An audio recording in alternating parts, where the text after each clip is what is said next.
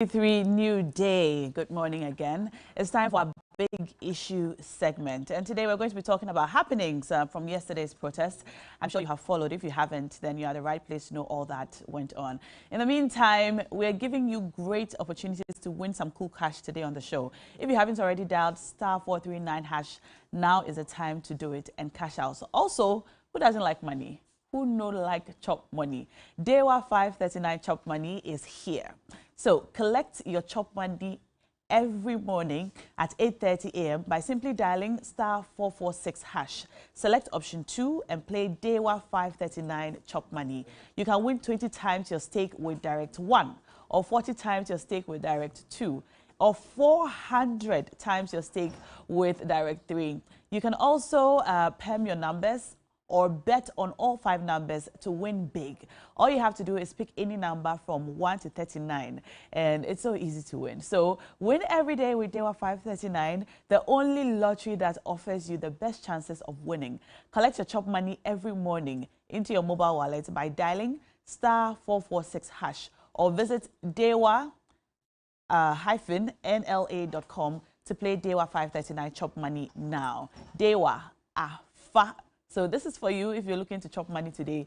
Please dial now and win. Also, you know that Ghana's Most Beautiful pageant comes to an end on Sunday. Who is going to win Ghana's Most Beautiful 2023? Will it be Kwatima from the Buni region? Or will it be Selom from the Volta region? Or maybe Aduanigi from the Upper East region? Or Nura from the Northern region? Or Nayeli from the Greater Accra region? That's our question for you. Now, I hope you're voting for your favorite delegate. Discover the answer on Sunday. It's on the 8th of October. It's happening live at the National Theatre. That's our live event. Tickets are now selling for only 50 Ghana cedis per. Experience an evening of great excitement, live performances from wonderful Ghanaian acts and so on. Secure your tickets now. 50 Ghana cedis is how much you need to pay. Don't miss out. Come out and support your favorite delegate to win this year's Ghana's Most Beautiful. I'm looking forward to it with glee. I hope you are too. Now, this morning on our big issue segment, we're talking about what happened yesterday. There was a big protest in Accra. It started at the circle here, or Brassport. The minority in parliament led a protest called the Occupy BOG protest. Now, the reason for organizing this protest was basically to demand for the governor of the Bank of Ghana and his 2 deputies to step down immediately. The protest was largely successful. It was peaceful. The police were there, to make sure that everything went on smoothly. At the end of the protest, the leaders of the protest took the petition, which they had brought, and went to the offices of the Bank of Ghana to present it directly to the governor or his 2 deputies. Now, I'd like us to take a look at the wrap, basically, of the protest from start to finish.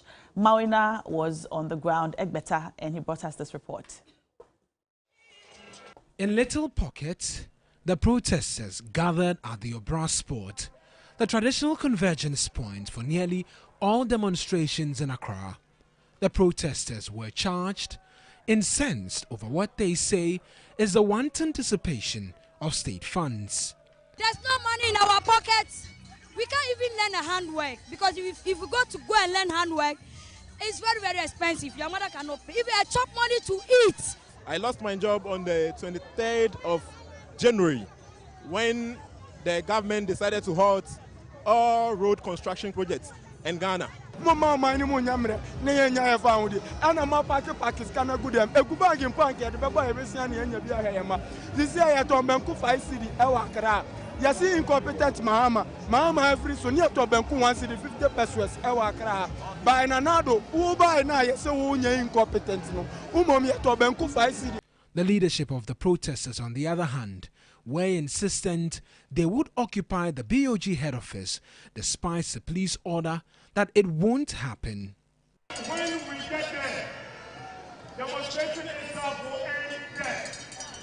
But the leaders of the demonstration, led by my good self and the NDC minority leadership, will have to be given the opportunity to walk into the central bank to present our petition to the government. And so they began marching towards the headquarters of the Bank of Ghana. Police barricades were mounted along the stretch, triggering significant anger amongst protesters. As the crowd got close to the headquarters, the police presence got bigger, but so did the resolve of the protesters and their leaders to have access to the headquarters. In the end, the police stood their ground, but after a small compromise, the leadership of the minority were allowed into the headquarters to present their petition to the Bank of Ghana governor. But they would be disappointed. The three governors, as we speak, are currently meeting the IMF and, in a meeting, and there's nobody there. So the government has asked that I meet you and take the petition on his behalf. The absence of the governor and his deputies clearly infuriated Minority Leader Dr. Keselato Forson. He has decided to disrespect us, and his two deputies has also decided to disrespect us by not being here and to receive our petition. We never said we are going to present our petition to the head of security. And now that he has decided to disrespect us, we will not present our petition. We will go and come back again. He wasn't alone in feeling disrespected. It's the height of disrespect that we will come here and he will send the watchman at the Bank of Ghana to come and receive the petition. Okay, the watchman should come to Parliament as well. When next he needs anything from Parliament, he should send a watchman. The numbers you've seen today is just the tip of an iceberg. It's the tip of an iceberg. We will not stop this demonstration until Governor Addison respects the people of this country. As the demonstrators dispersed, the police patted themselves at the back for a good job done. However, this, according to the minority, would not be the last of it. Mawina Egbeta, TV3 News, at Tamil Street, Accra. And that's a wrap of what happened yesterday at the Occupy BOG protest. My guests are here to discuss also, would also be talking about dialysis in Korle Bu, the costs, the back and forth, and what's happening now. Say hello now. Hello to my dear Pius. It's the very first time I'm meeting you in person. Our guests in the studio today are Pius Enam Hajide. He's the CEO of the National Youth Authority. And also with us, who was at the forefront of yesterday's demonstration, is the MP for Ningo Prampram, Sam George. Hi now, good morning. How are you? Alive, well, thankful to God. Have you slept at all? I got a bit of sleep. A little bit? I got a bit of sleep, yeah. So yesterday I saw that you were at the forefront. I saw you when you arrived. You stayed in your vehicle for some time. You came out and you spoke to us about what your expectations were ahead of the protest. What's the general assessment of how things went yesterday? Well, good morning to our viewers and everyone, to my brother Pius. It's been a while. I think the last time I saw you, the last time we met was when you emceed the program in my constituency. Yeah, probably. We've met a few times. So. But I don't think I've met you since then. Yeah. Yesterday's program was good. It went very well. Largely well organized, well attended. It was peaceful. I've always said that the Ghana Police Service is one of the most professional bodies when they choose to be. When they choose to be? Yeah.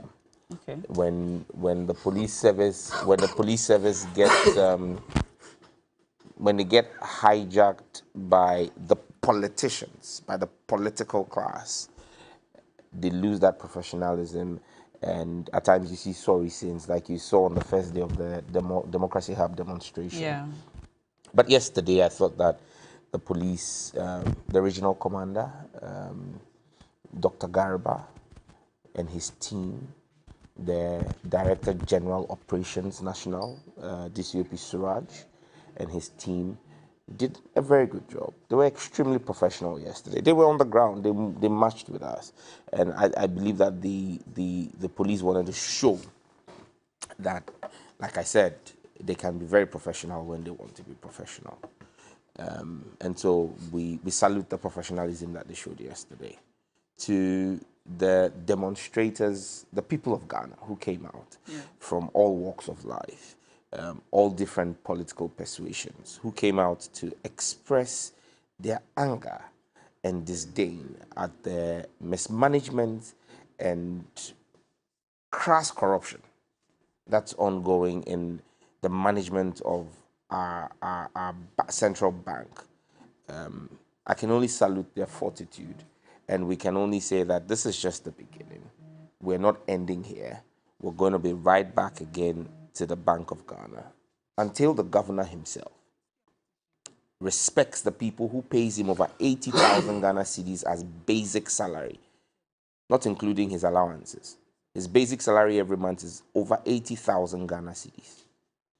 The people whose taxes, who break their back to raise those taxes, demand that he comes out to at least have the sense of humility to meet them and receive the petition. Must you serve it on him in person? Let me ask now, if you were feeling unwell and you went to the hospital, touch wood, you were feeling unwell, or Pius was feeling unwell, and like Pius is feeling now, he's under the weather. I see he's got a flu. I hope it's the flu and it's not the other one, the big brother of flu. You should be wearing a face mask, because the way he's coughing here, you know, this guy's, you guys, that you have a pension for using John Mahama's Bank of Ghana to take care of yourselves, but. When COVID hit, most of the ministers who got COVID was John Mahama's Bank of Ghana. John Mahama's Bank of Ghana? Yeah, Bank of Ghana Hospital. The Bank of Ghana that was built under Bank of Ghana Hospital. Yes, that was built under John Mahama. It's where most of Pius's colleagues who got COVID went for treatment. I see. And that's what saved their lives. I see. You know. So your point is? The point I was making is that if as Pius is unwell this morning, if he went to the bank hospital that was built by John Mahama to see a doctor, and the doctor said to him that, oh, tell your symptoms, the symptoms you are displaying, like the way he's coughing and he's got a chesty cough, and it looks like he's got a runny nose as well, he's presenting a bit of temperature. Leave those details with the watchman at the bank hospital, the security head at the bank hospital, for him to bring it to the doctor. Then the doctor will give you the prescription. I'm sure Pius would be excited about that. Obviously not. He would say, I need to see the doctor. I'm not coming here to see the head of security or the watchman. I am here to see a doctor. Were you there we were there because of the poor monetary policy. Wing commander, I forget his name, but the wing commander who is the head of security there, wing commander is not in charge of monetary policy in our country. We have absolutely no issue with him. Now wing commander, monetary policy ni inflation, ni treasury bill rate, ni policy rate, ni fa home. Who the airplane uchi? Wing commander, but you keep calling him a watchman. I think I watched one of your interviews where you called him a watchman, and I wondered why you do that, because he's the head of security of the Bank of Ghana. And he's no mean person. So let me just tell you a bit about him. So the head of security of the Bank of Ghana is Wing Commander, though retired, Kwame Asare Boateng, who you are calling a watchman. Now, he joined the Bank of Ghana in 2019 as a director in charge of the security department. Prior to this, he served for 26 years in the Ghana Air Force, and he rose through the ranks, terminating as a wing commander and deputy director of the legal directorate at the Air Force headquarters. Now, he served in various capacities in the military. Notable amongst them are intelligence operator, administrator, and legal officer in the military. So when you call him a watchman, you water down the man he is and his many achievements. But more importantly, were you there to present a petition or to have a discussion with the governor? Okay. So now I have seen the MPP run all over the place with his CV. Even if his CV is 100 pages long, look, a driver is called a vehicle mobility operator. Nomenclature is what it is, but what it is that you do, head of security, in our local parlance, is the watchman. No, it's not. Well, you don't speak the streets. I do. When you talk so to member the of parliament in local parlance is what? Anyway, you were there to present the petition and not to have a discussion. This debate. Now don't get carried. Don't get carried along with the tide of the NPP who trying to make this debate. He's a watchman. He's not. Look, whatever he is, whether I call the person cameraman or digital visual coordinator, whatever it is, it's all nomenclature. It is simple. We didn't go there to meet with the head of security. We didn't go there to complain about the security situation around the Bank of Ghana. We went there complaining about the fact that the governor of the Bank of Ghana has superintended over using 97 million Ghana cedis in 2022 for travels, foreign travels. 97 million Ghana cedis. We went there to complain that the governor of the Bank of Ghana has used over 350 million Ghana cedis in 2022 alone on what he called banking supervision. We went there to complain that the governor of the Bank of Ghana in 2022 alone had spent over 137 million Ghana cedis on vehicle maintenance. STC ni VIP I hear almost say in 2022 in maintaining their fleet. And they definitely ran bigger fleets. Those are the issues we want to complain about. We want to complain about the fact that in 2022, our currency lost 54% of its value. We want to complain about the fact that today the Bank of Ghana is posting a negative equity of 55.1 billion. We want to complain that in 2022 alone, the Bank of Ghana made a loss of 60.8 billion Ghana cedis and a total loss of 80 billion Ghana cedis. We want to complain about the fact that the Bank of Ghana Act insists that the Bank of Ghana cannot lend more than 5% of the previous year's revenue to the government. Yet the governor of the Bank of Ghana in 2021 borrowed 10 billion Ghana cedis. In 2022, borrowed 38 billion Ghana cedis. Okay. Now, 48 billion Ghana cedis in 2 years. And now you then wake up and say that on your own, you're writing off 48 billion of government debt. He has no such power. That power resides in the people of Ghana that has been vested in their members of parliament. He has to come to parliament for approval for that. And he cannot just wake up and do these things. It is this mismanagement we're talking about. The fact that today policy rate is 30%. It's crowding out in capital for businesses. Businesses are shutting down. What has Wing Commander, I keep forgetting his name. Let me ask what has the Wing Commander got to do with these issues we're raising? Okay. There is one person who has a problem. If there is a problem, if, for example, TV3 puts out news on your prime news about Pius, Pius is going to raise issues with your news editor. Because the news editor is the one who basically is the head of the newsroom or your head of newsroom. Yeah. Pius is not going to be looking for your HR manager. Or he's not going to be looking for your head of security.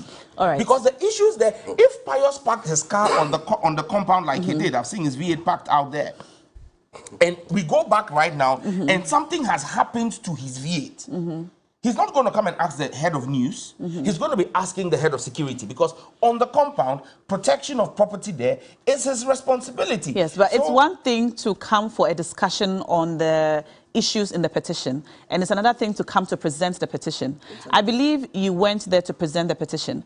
Present the petition to the governor. What difference would it have made if he himself collected the petition, or if he sent someone else to collect the petition? For a governor... Because you took it back. And we'll go back and so then, what was the point of yesterday? For a governor, the point has been made that the governor is, one, a coward. And if you remember, when I granted you an interview before the start of the demonstration, I told you that Dr. Ernest Edison is a coward. You did say that. And that he would not show up. I told you. You did say that. Absolutely. So it didn't come as a surprise to us. Did you say that because you knew he'll be in that IMF meeting, which they say he was in? There was no IMF meeting yesterday. How do you know there was no IMF meeting? They closed the Bank of Ghana and asked their workers to go home before 11 o'clock. And you know that the governor was not there also? The governor was not in the bank. And there was no IMF meeting? the IMF meeting, why? The governor, how many minutes would it have taken for the governor to come out? And we said we were ready to wait. Why? The IMF meeting. Do you know how long we waited before we got there? We got to Kwame Nkrumah Mausoleum by 2 o'clock. We waited for an hour. At first, they said to us that the governor was going to come. Okay. So we waited there for an hour. After waiting for an hour and him not showing up, we said, okay, we will come to him. They said he will meet us. I mean, they kept changing the story. Some people said he was sick. Then when the head of security came, he said, well, he's in an IMF meeting. He's in an IMF meeting with all his 2 deputies. And now they could not step out for 10 minutes to come and receive a petition and go back. And you believe this cock and bull? So you say you are going to keep coming back until he comes out to receive the petition. When you say you're going to keep coming back, do you mean you're going to hold more protests? Or you're going to come back just as the leaders to present the petition and go back? Now, yesterday, did we go there as the leaders? So you're going to hold more protests? The people of Ghana are going to go with us. It is their bank. The bank, it belongs to the people of Ghana. It doesn't belong to Dr. Edison or Nanado or Baumia or Kenofuriata. When are you going back? Oh, we'll announce the date very soon. We want to give the police a few days to rest, and then we'll be back again. How many kilometers did you walk yesterday? Yeah, I should have checked it on my watch. Okay, Pius, you weren't at the you weren't there, of course, and you've been unwell. So were you able to follow from start to finish? It started around 8 a.m. I think it went on for more than 10 hours. I see.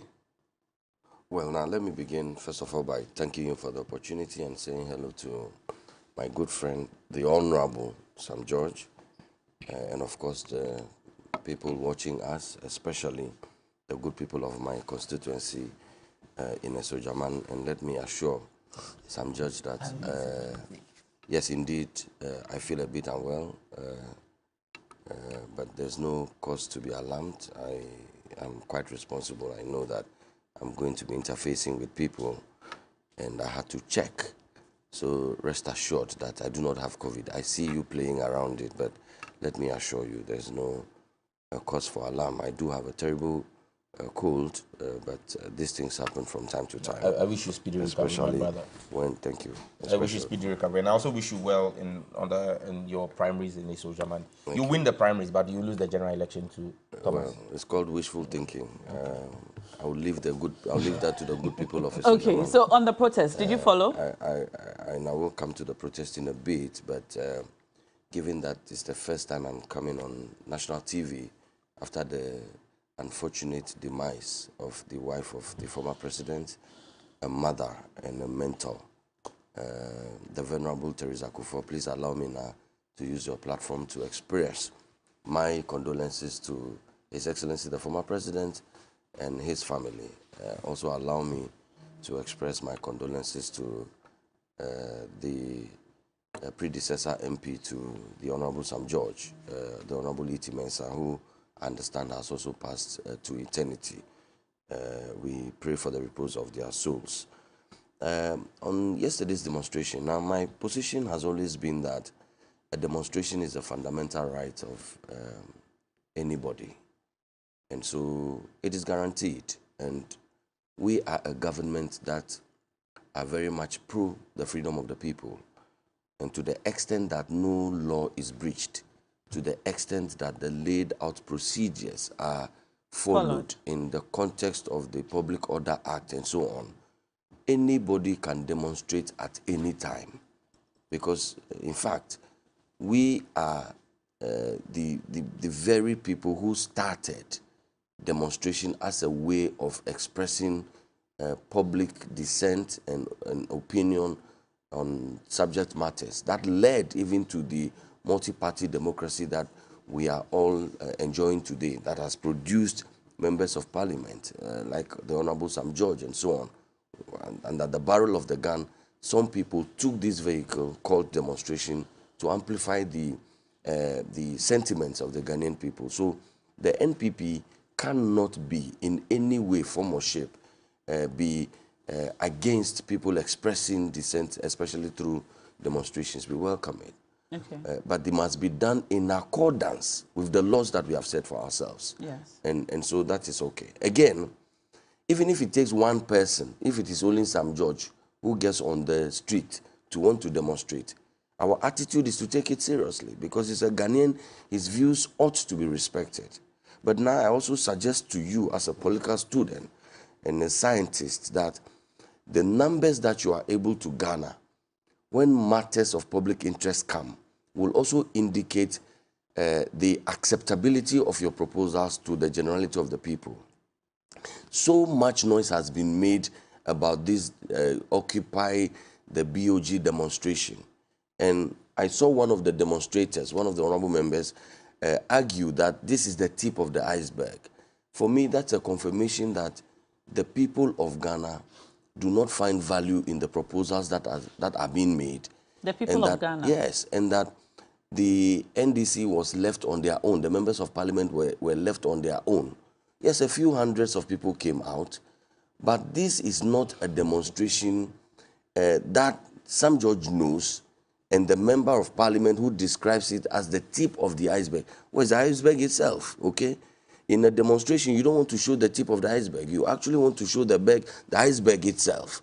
And that's what it means, to show that the vast majority Are you saying that the number of people who came out yesterday to demonstrate is insignificant to you? Well, I've said that even if it was one person, I take their concerns seriously. But I'm saying that I initially, with the razzmatazz and the public commentary, the threats that were made, and the comment, yes, I've listened to a number of them, and you saw this General Secretary yesterday made the MEDA sign. I don't know what communication, non-verbal communication he sought to make. No. I mean, the National Chairman. He's been General Secretary for too long. Sometimes we confuse him. Mr. Asedu Nketia. So the threats that were made, the commentary, the razzmatazz, the noise, only to see what we saw yesterday. What did we see yesterday? We saw many people demonstrating yesterday. Well, I was on the ground. No, even as students. How many people were you expecting? Even as students, we have been able to pull bigger crowds. But I'm saying that it's not the issue for me. It's not. But I'm saying that it's not the issue. I'm just making an observation that for me, the people see the value propositions that are being made, and the people themselves are making a determination whether this call is genuine, whether the people are honest, and that there is a need for us to do what we are doing. If the people feel the need, well, absolutely. I have found this demonstration, and it's quite needless, because what are we talking about? In the first place, let me start with the outright disrespect to what Sam George describes as the security man. He said watchman. Yeah, watchman. I mean, and I thought that, Sam, you have a golden opportunity to probably just apologize and move on. We get carried away and make mistakes. Clearly, from the way you are even struggling responding to now, upon sober reflection, you would not have used the words you used yesterday in terms of describing somebody who, I guess, when he started into public service, you would have been in crèche. You said he had 26 years in the military before even joining the Bank of Ghana. He had served in many United Nations missions successfully. He's a man of high repute. Maybe you did not know. I thought that you had a golden opportunity to probably just apologize and be humble and admit that, look, it was a faux pas, and that it is not something that next time given the opportunity. But I see a spirited attempt to want to defend it and now blame the NPP for going around with the man CV. We did not write the man CV. The man is an achiever in his own right, rose through the ranks to become a wing commander. And maybe when he started into public service, he would have been in crèche or in primary school or something. Even if you were not, even if you were older than him, even if you are a PhD, even if you are the Speaker of Parliament yourself. And so what? He's a Ghanaian. He ought to be respected. And you two are paid by his taxes. You two do not come and disrespect the people who pay you in this manner. And I think that, again, it's not lost. It's not too late. You can put in a word. We'll move on. But he has a family. On the substantive matter. And those people also have to be respected. Who says that it's only members of parliament who deserve the respect of the citizens of this country? Now, even before we come to the substantive matter, yes, you are right in suggesting that you don't want to have a conversation around the issues that Sam George speaks to, okay, at a demonstration. And the optics of the receival of the petition is not substantive. That's not a substantive matter. And again, the Bank of Ghana is governed by a board. If you wanted to have a detailed conversation on these matters, you probably would be asking that all the board members should come to the demonstration and then you want to sit at the table with them. That cannot happen at a demonstration. The petition is the document that you bring that I believe ought to be interrogated properly at the board meeting for redress if there has to be. So to insist that you want the governor of the bank himself to come and receive the petition. How many times when Mr. John Dramani Mahama was president were demonstrations organized against his government that he sent people who were lower in rank than the president himself to come and receive it? How many times? It happens many times. In Parliament, the Speaker of Parliament sends the representation to receive petitions because petitions are not interrogated right there and then when the petitions are presented. And so you see mischief. You see people who just want to give a dog a bad name. They want to keep themselves relevant and get in the news all the time. Of course, Mr. Sam George got an opportunity to speak yesterday. It's been reported all over. It's been relevant. And so they want to do this every day. But I ask, okay, we are talking about productivity. You want to be doing this just because you want the governor himself to come and receive. What's wrong if the governor comes out? There's nothing wrong if the governor comes. There's nothing wrong if the deputy governor comes. Come out there's nothing wrong if the head of security comes. Yeah, so why, there's nothing wrong. If there's it's not nothing substantive. wrong with the governor coming out or his deputies come out to receive it, just to show respect to the protesters and also to show that they understand the plight of Ghanaians at this time, where there have been constant calls for demonstrations, constant calls and cries about high living conditions, the problems that Ghanaians are facing financially in the country. If the governor and his deputies came out to receive the petition yesterday, what would have happened to them? Nothing would have happened. Why could they not have come out? I don't know. Just to show Ghanaians that they have heard their cries and they understand their pleas. Now, I would say to you again that I don't have a problem if the governor himself comes, if the deputies come, even if the governor is the If chairman. you were an advisor to the governor, yes, would you have advised him to come out to receive the petition yesterday or not? Well, of course. And we are told that the governor was just unavailable. Of course, what? Of course, I would have advised him to come yes, out. But if he was unavailable... So you don't agree with what he did? No, I don't have to agree or disagree. The man was not available to receive the petition. Two deputies, two. Well, but if they were not available, they should ask the demonstrators to... But this demonstration was highly advertised. Yes. They knew that there was going to be a petition presented to them. Yes. But one of them could not be available to receive it. Yes. Don't you find it a tad bit disrespectful? No, if they were not available, they were simply not available. And I would have advised, Governor, please go and receive the petition. And he says, check my schedule. And I check the schedule and I see that he has a meeting. To receive a petition and go back into the building. I'm saying that it is not substantial. That's not the substance of the matter. Who received the petition? Unless there is the petition itself lacks merit and substance. We should be discussing what is contained in the petition today and not the distraction about who should have received it or not. But I'm saying that these are people who are ill-motivated. They are not genuine in their desire. It's a political gimmick for them. So it's an opportunity to probably catch attention of the people of Ghana. And that's why they are saying that they are going to keep doing this and so on and so forth. But again, let me get to some of the issues that have been raised. You see? In the petition.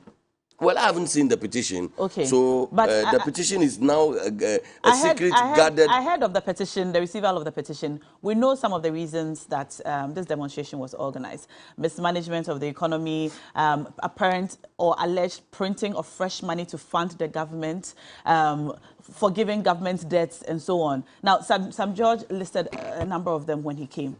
You've heard, I'm sure you have discussed, what do you make of the calls in the petition or ahead of the presentation of the petition?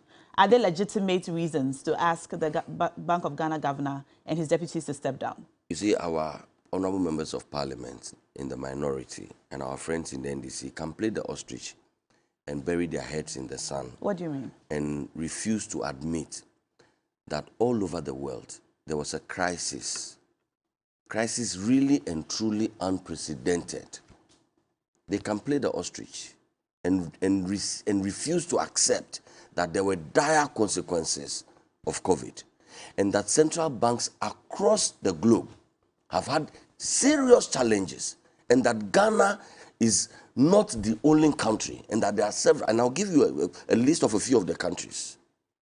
And they say that the bank has posted losses, and that there's negative equity, and so on and so forth. But you see, the Bank of Australia recorded in 2022 a loss of over 37 billion Australian dollars. That's also wiped out some of the bank's equity. The UK government faces a 150 billion pounds bill to cover the Bank of England's losses.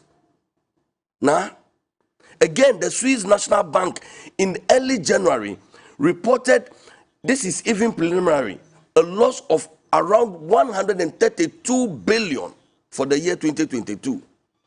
The American Reserve, I can go on and on and on, because there was this pandemic called COVID. This pandemic dealt a serious blow to the economies of the world, including Ghana.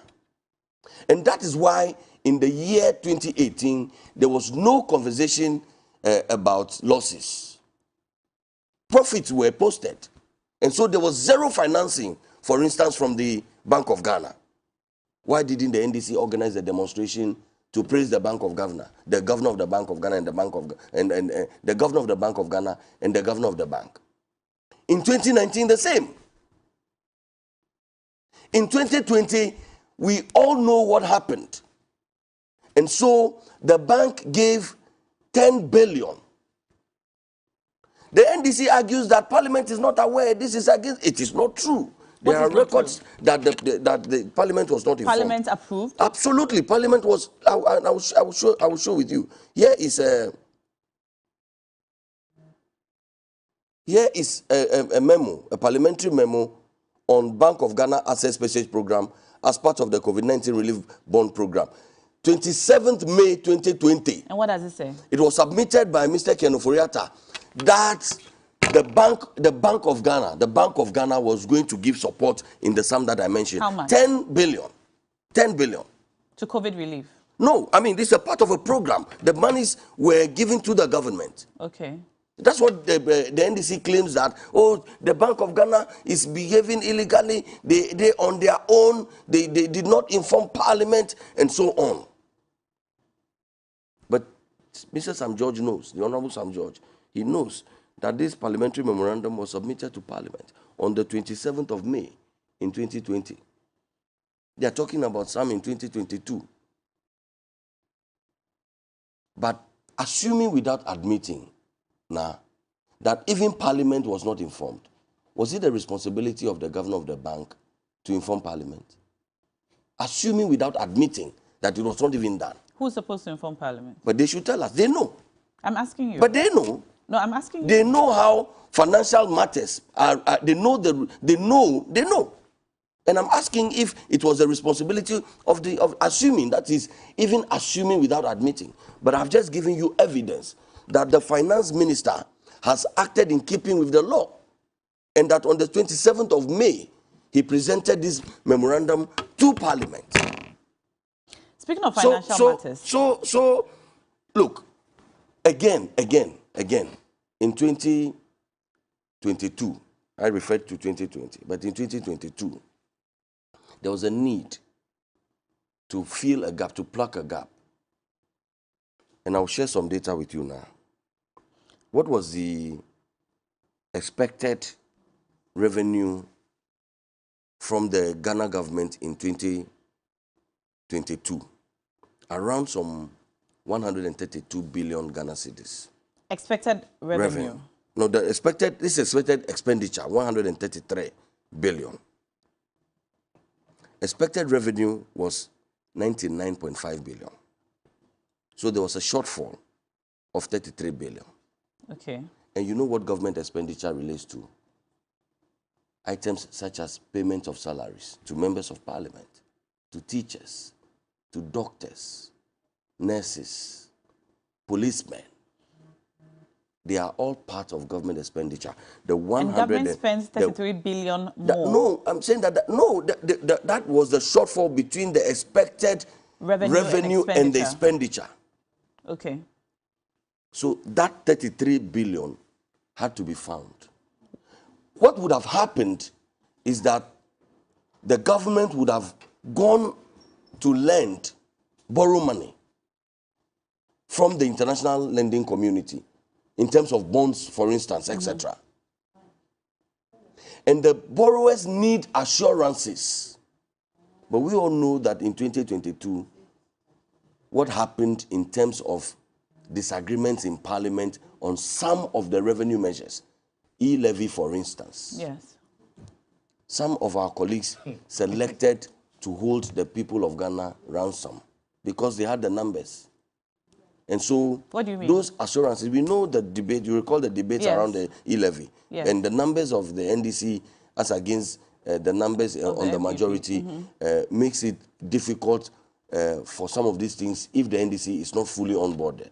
Ghanaians were not fully on board. No, not Ghanaians. The NDC minority in Parliament. Representing Ghanaians. In terms, they don't represent us on many of the things. They represent their political interest and wanting to make it difficult for the current government in the view that they can then get elected. Let's come back to your point. So they don't represent us. So the point I'm making is that there was a need. Otherwise, the government probably could have gone to maybe get a bond or something. So that was not possible because the assurances in terms of capacity could not be given because of the parliamentary disagreements. And I give you an example, one on the e-levy and so on. And also there were other obligations. For instance, the maturity on some of the bonds. And now you know one of the striking differences between a bond and other lending instruments, for instance, like treasury bill and so on. What? They are short term, they are long term. So there are some bonds that are 15 years, 20 years.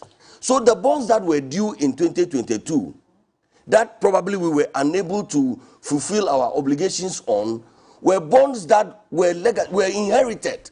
Because they are long-term instruments. Some of them I just said to you that some bonds can go as far as to even 20 years. So they some of them 15 years.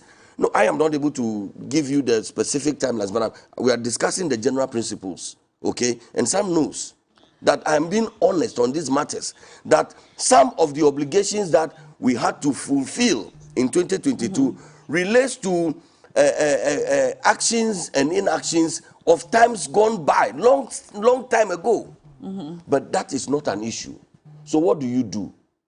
The central bank has a mandate to ensure that the economy of our country is held and sustained, and that the people of Ghana are cushioned against the real. That is what the Bank of Ghana did, and they went through the laws under the emergency provisions of the law. The Bank of Ghana went through the laws, the laid down procedures to support.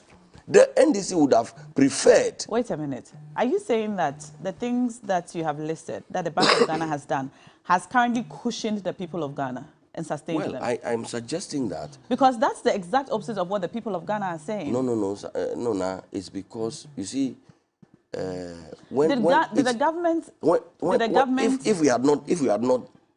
the Bank of Ghana had not done what it did, things would have been worse off. The economy would have collapsed. I see. And it has not collapsed. No, it has not. It's doing well. No, I cannot say that it's doing well. What is your view on where we are? We have challenges. We have challenges. You agree? We have challenges. And you say these challenges are born because of the COVID-19 situation. Absolutely, and exacerbated by Russia, Ukraine. Absolutely. Any honest observer will admit to this. And it's not just Ghana. And I gave you an example of other countries. To struggle more than Russia and Ukraine right now? Look, the kind of global because Ukraine assistance, is still producing grain and exporting. The kind of global assistance that has gone to Ukraine You have no idea. And we haven't gotten global assistance. And it is because we're currently the highest borrower from the IMF. No, we are not. We are. No, we are not. Yes, we are. No. Shall I read the documents for you? Please do.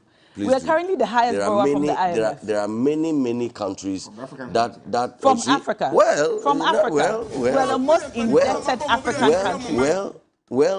Well, because you see, we are also one of the performing administrations in Africa. How many African countries do free SHS, for instance?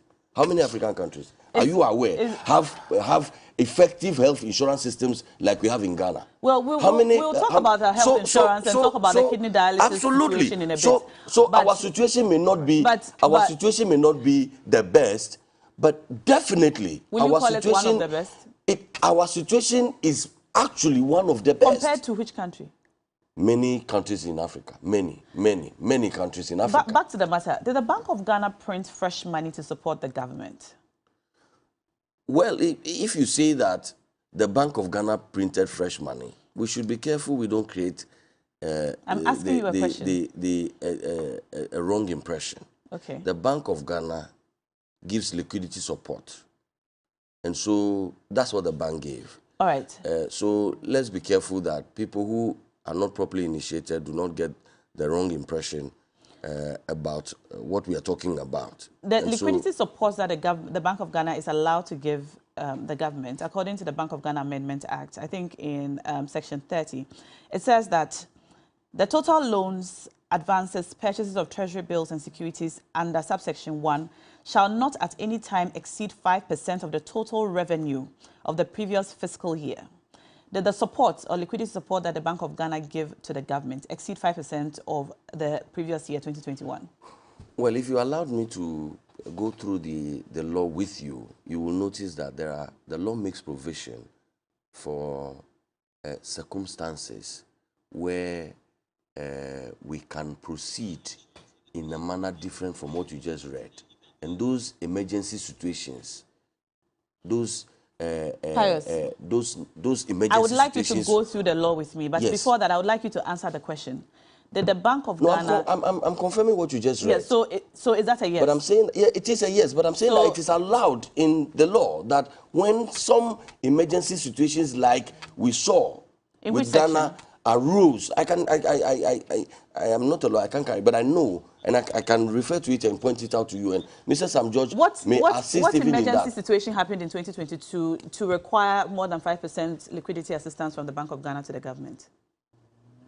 Well, the fallouts of the COVID-19, and I just told you the need to fill a gap of 33 billion in terms of government expenditure. From 2019? From 2000, what do you mean 2019? You said COVID-19. Yes, but the full impact of COVID-19, we all know, COVID started in November of 2019. Mm-hmm. The full impact of COVID-19, as we know, started we felt it here in Ghana in 2020 and 2021. Mm-hmm. And I'm saying that the full impact was felt in 2022 when again, the shortfall as against government revenue and government expenditure, we encountered that 33 billion, and our inability to borrow money in terms of all the lending instruments available. There was the need to plug that gap. And I'm saying that government expenditure relates to many things, including the payment of salaries. So unless the suggestion is that we should not do these things. I'm going to come to you in a minute. Unless the suggestion is that we should not do these things, I do not understand why. What was the reason for the e-levy? What was the e-levy meant to solve? It was a revenue measure. It was to rake in revenue. And what I'm suggesting is that it would have given assurances to any lender that the government of Ghana was going to be able to raise the revenue to pay the monies. But if you haven't proven that you are able to raise revenue, they ask themselves, how are you able to pay? And that's why sometimes it becomes regrettable that we did not have the people of Ghana at heart when we took some of the decisions that we took at the time. Maybe because it suits our political whims and caprices, we decided that, well, we have the numbers, But and Pius, this is how we want to funds were travel. raised for COVID-19. We are charged a COVID-19 levy. We're still charged a COVID-19 levy. According to the Auditor General's report, those funds were mismanaged. Now, in 2022, the government has taken more than 5%, the allowed 5% of the previous year's, previous fiscal year's revenue from the Bank of Ghana, Which is to allowed fund the government, yes, which is allowed. But you're saying that this extra money that was taken was because of the problems that COVID-19 caused, and the 33 billion extra money that the government needed. But the point is, we were charged a COVID-19 levy. Funds were raised for COVID-19. The same thing that we are complaining about, the reason for which we needed an extra 33 billion, Ghanaians were charged for it. Nah. So wouldn't you agree, all the charges, politics aside, yes, wouldn't you agree that the funds could have been managed better? No, all the charges that you're talking about, COVID-19 levy and all of that, they are all calculated in government revenue. Were those funds not mismanaged according to the Auditor General's report? Which funds? The COVID-19 levy and all the funds that were raised for COVID-19. No, I mean, I'm sure that the Auditor General would have had issues with some specific expenditures in terms of the COVID-19 levy. I mean, and it is his job, it's legitimate. But it cannot be the case that the Auditor General suggested that all the revenues that were raked in terms of COVID-19 were mismanaged. I'm not sure. That's the understanding I have from reading the Auditor General's report. I'm sure that there were specific line items, expenditure items, that the Auditor General had issues with. And my understanding is that better and further particulars were provided in clarity on some of these issues that were raised. No, the issues have not been cleared. But well, maybe you haven't heard the clarity. What is the clarity? There were many line items, and it would deviate the argument completely. And I see my brother Sam George eager to also have his take, which is fair. But I'm saying that all the levies, the COVID-19 levy that you speak to and all of that, they are all part of the government revenue, which was 99 billion. But government expenditure was still 133 billion.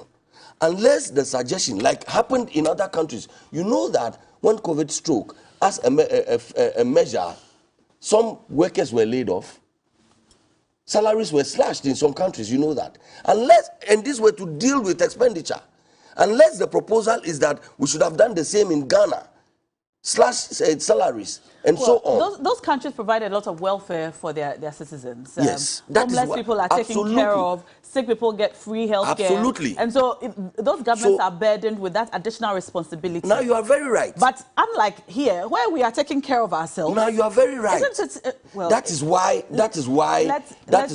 talk to some judge now. Why there's the need for greater creativity in the management of our problems. But in the wholesale comparison of our economic problems, yes, which have been presented by who? All right, Sam. No. This has been painful to listen to and watch. Well, I mean, it has been downright shameful. Some of the things that have been suggested on this platform. You know, like the apology to the watchman. I won't go there. I mean, I'm not going to take moral lessons from a brothel when it comes to apologies for what I owe nobody an apology. Wow. I owe nobody absolutely an apology. You understand me? Now, and like I said, I won't take moral lessons from a brothel. Now, the attempt by the NPP, and I'm very aware, I've seen their speaking notes for today, where they are trying to divert their attention from what it is and conversations about hundreds of people. Look, like you rightly pointed out, if it was one person who showed up, and I'm happy now you were on the ground yourself, you saw the crowd. I'm not even going to go and litigate that matter. But to say that the demo was an opportunity to be in the news, Paris, by God's grace, I don't need a demonstration to be in the news.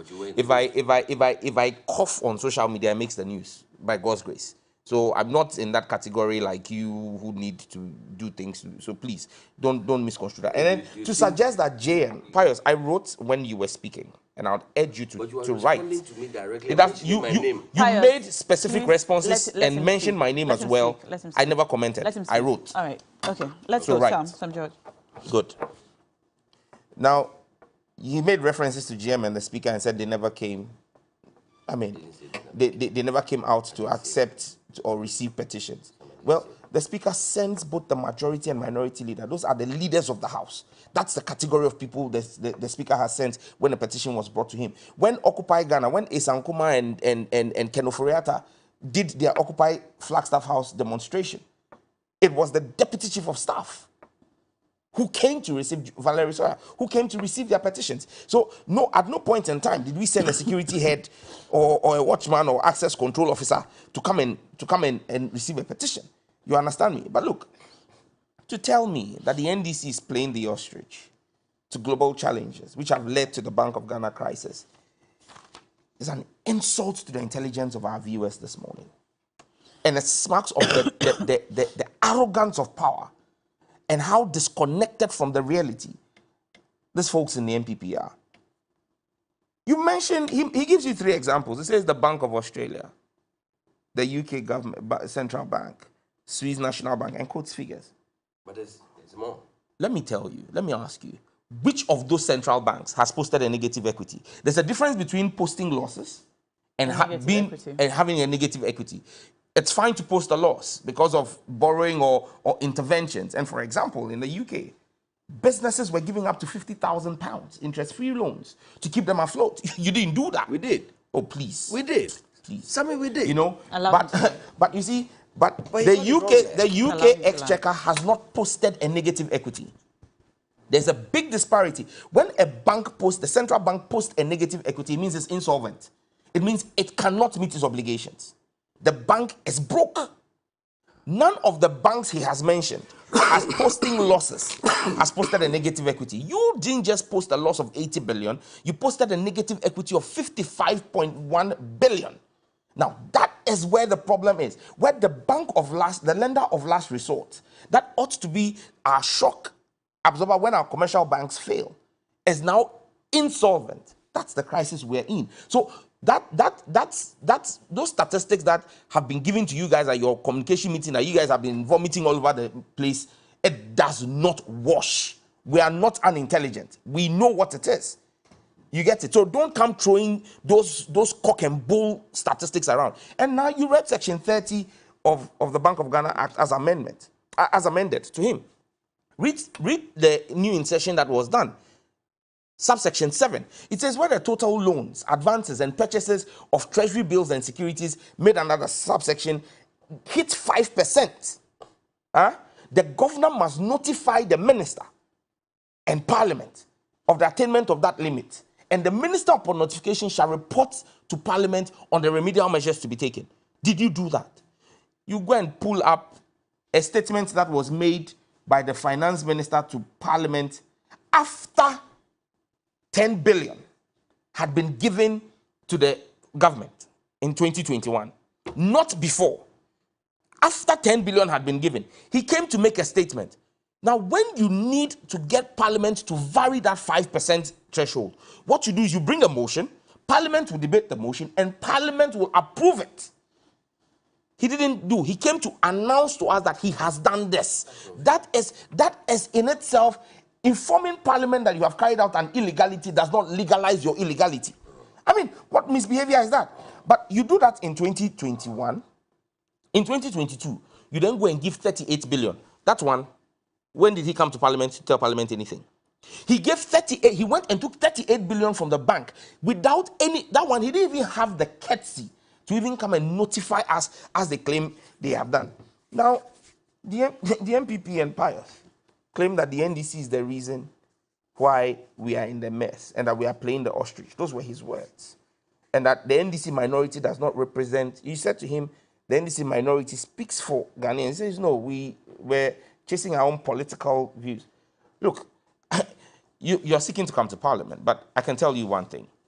If there is any group of MPs who have held their fidelity to the people they represent, it is the current minority caucus. If there is any group in this country that we need to hold accountable, who actually should be kicked out of parliament for lacking the integrity to carry through their words, it's the current majority, the people you seek to join, the 137. Now, did they not announce to this whole country that they wanted Ken to go, that Ken must go?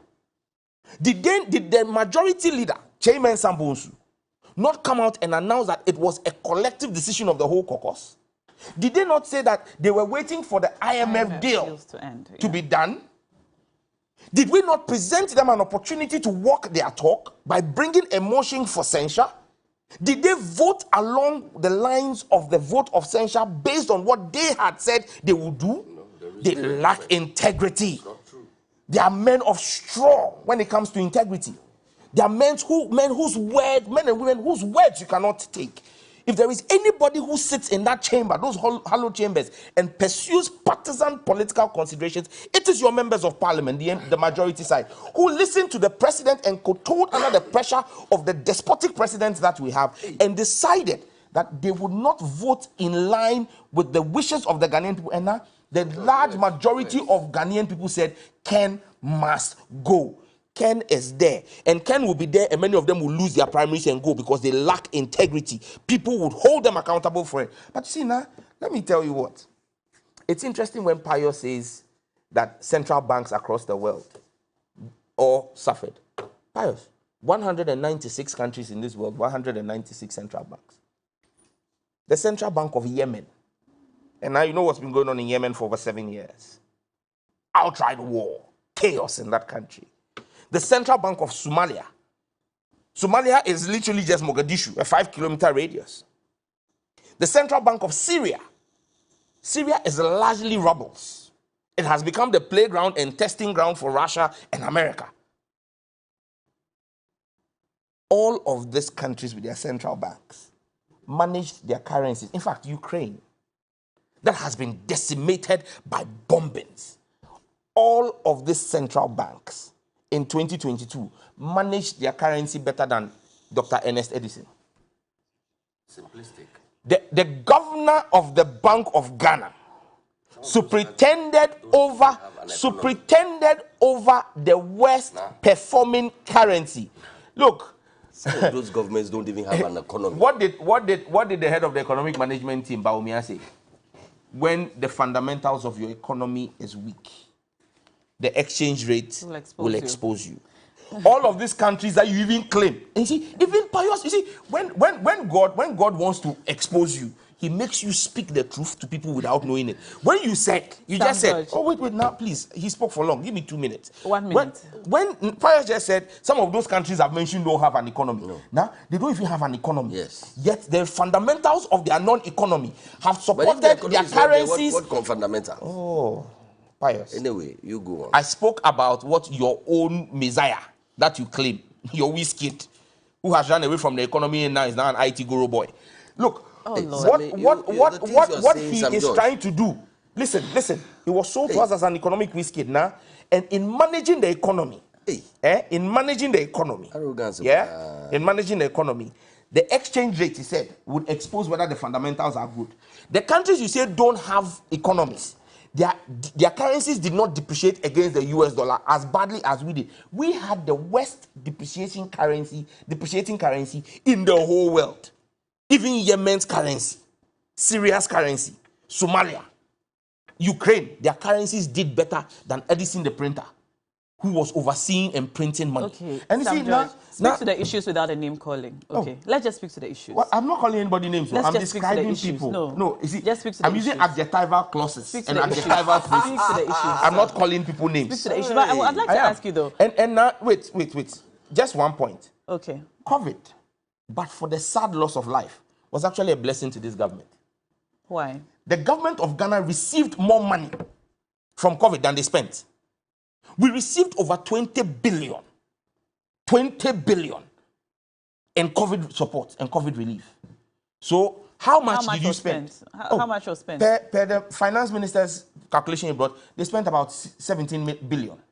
That is what the finance minister reported to Parliament, 17 billion. But receipts, and that is minus the ongoing revenue from the 1%, the COVID levy, minus that, just what they got was 20 billion. And look, now, if you really want to appreciate what we are talking about and how damaging these guys have been and why we are in this mess, we are in this mess not because of NDC or anybody. We are in this mess, yeah? We're in this mess. We're wrapping it up. Yes, we're in this mess Because according to the Auditor General, not Sam George, the Auditor General of Ghana. You have 1 minute. Yes. The Ministry of Health paid 120.192 million Ghana cedis to UNICEF for the supply of COVID vaccines that didn't come. They went ahead to pay 81.8, there's an outstanding $81.8 million of Ghanaian money that has not been retrieved because nobody knows whether that money really went or it was passed under the bed or is hiding under another minister's bed. Nobody knows. This government spent 10.3 million Ghana cedis as premium for special life insurance for 100 frontline health workers without any life policy document. That's them. That is where the losses came. They spent $607,000 in 2022 for the supply of high-ACE ambulances. 26 ambulances they claimed they were bringing at a total cost of $4 million. Ambulances, up till today. The ambulances were supposed to be delivered on the 15th of January 2022. Up till today, $4 million paid. You've made your point, Sam George. You've made your point. You've made your point. I'd like us to end this discussion. Still back to the petition and the reason you presented it. Your primary call for this demonstration and the presentation of the petition, which did not happen, was for the Bank of Ghana governor and his 2 deputies to step down. Should he come out to receive this petition when you next go there and does not subsequently resign or step down, what will be your next steps? Don't worry, when we get there, we'll cross that bridge. There are several arsenals. There are several weapons in our arsenal. There are several tools at our disposal. And so we will go back again. He and his deputies must come and receive it. They must show respect to the people who pay their taxes, who pay their salaries. He paid him over 80,000 Ghana cedis in basic salary. They must come out to receive They must come out to receive it. All right, Pius, your concluding remarks on this topic. Yes, there's a report, and I'm sure you wanted to refer to it. But that report from the bank refers to the concessional lending and not the overall debt. And so in terms of indebtedness to the bank, I know, for instance, that Egypt is at some 12 billion. Ghana is at some 2.6 billion.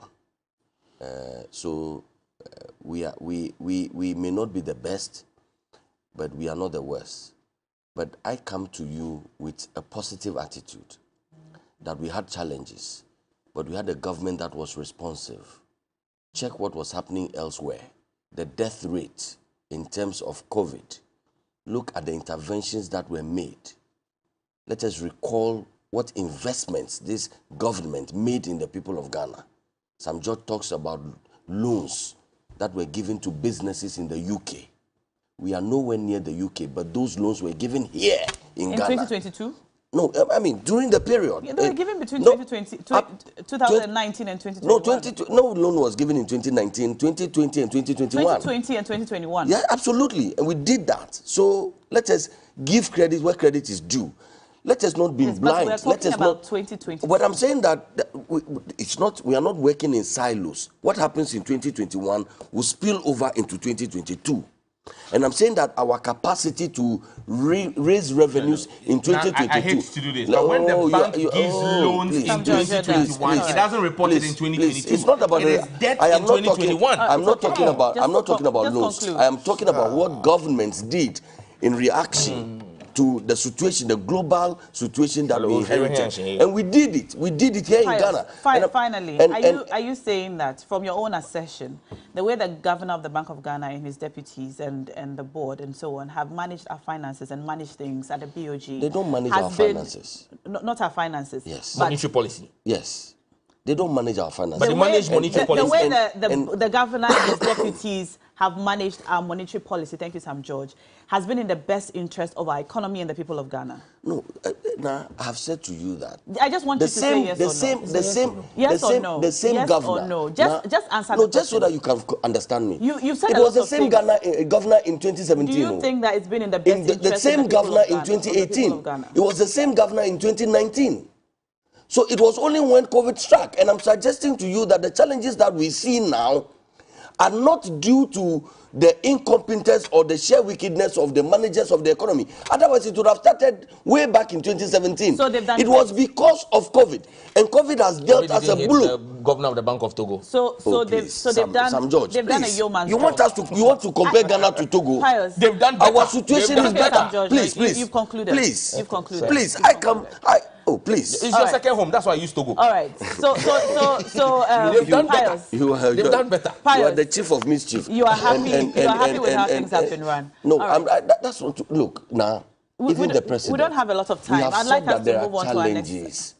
But the fact of the matter is that the people of Ghana see that even in spite of these challenges, and that's why Mr. Mahama said in Harvard that he feels lucky that COVID didn't happen during his tenure. Because when even just cholera happened in Accra, over 200 people died, just in Accra, under their watch. That's why he said he feels lucky that COVID didn't happen when he was president. So that's an admission of the government of the situation. And under the circumstances, we have done well. There was no Ebola in Ghana. There was no Ebola. He led the there was no Ebola in Ghana. Ebola. There was no Ebola was not a pandemic. Thanks to there was no proactive steps it's a lie. By the it's government. A lie. That's all time will allow us. That's a lie. That's all time will allow us. Thank you so much, Pius Enam Hajide. He and Sam George have been our guests today on the big issue. I wanted us to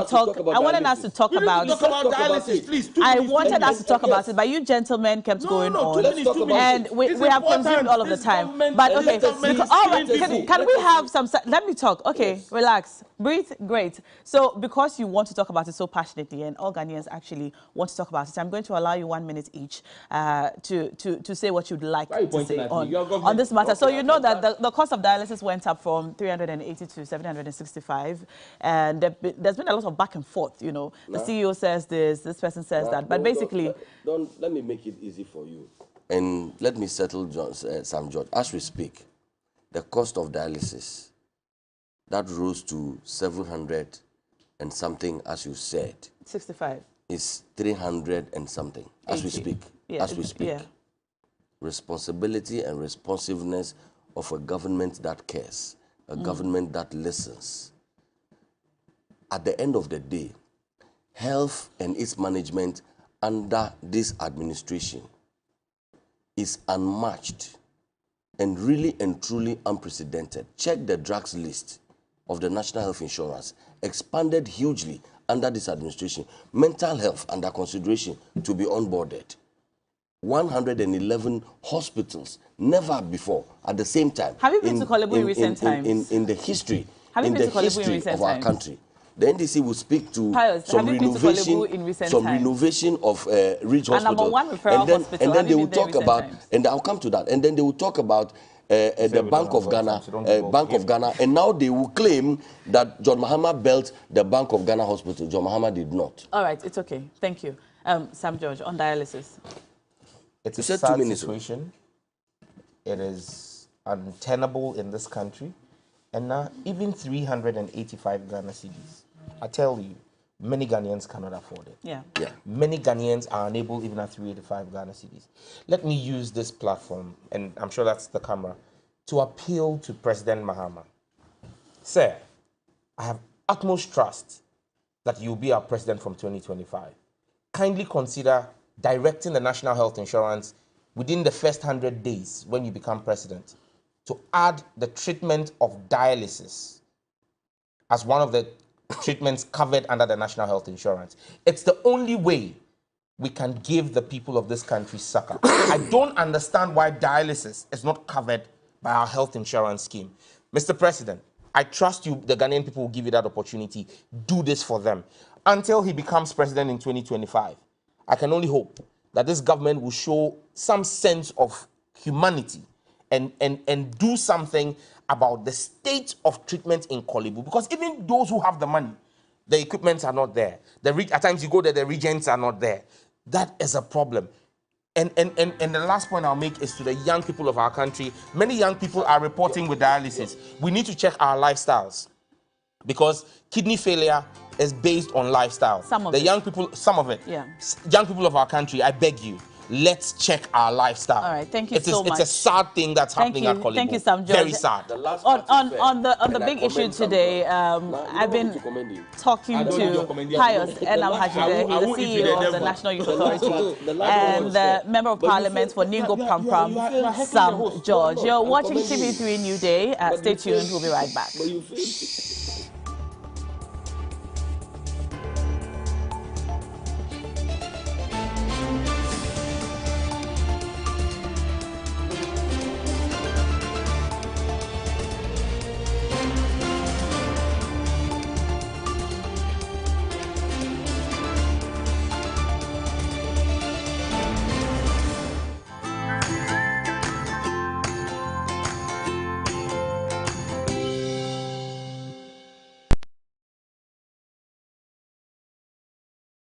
In the first 2 years, your baby will experience amazing growth in so many ways. To fuel it, they need the right nutrition. With Cerelac, 1 bowl of goodness a day provides the wholesomeness of carefully selected grains and the yummy taste baby loves. Cerelac is fortified with Iron Plus, contributing to your child's nutritional needs.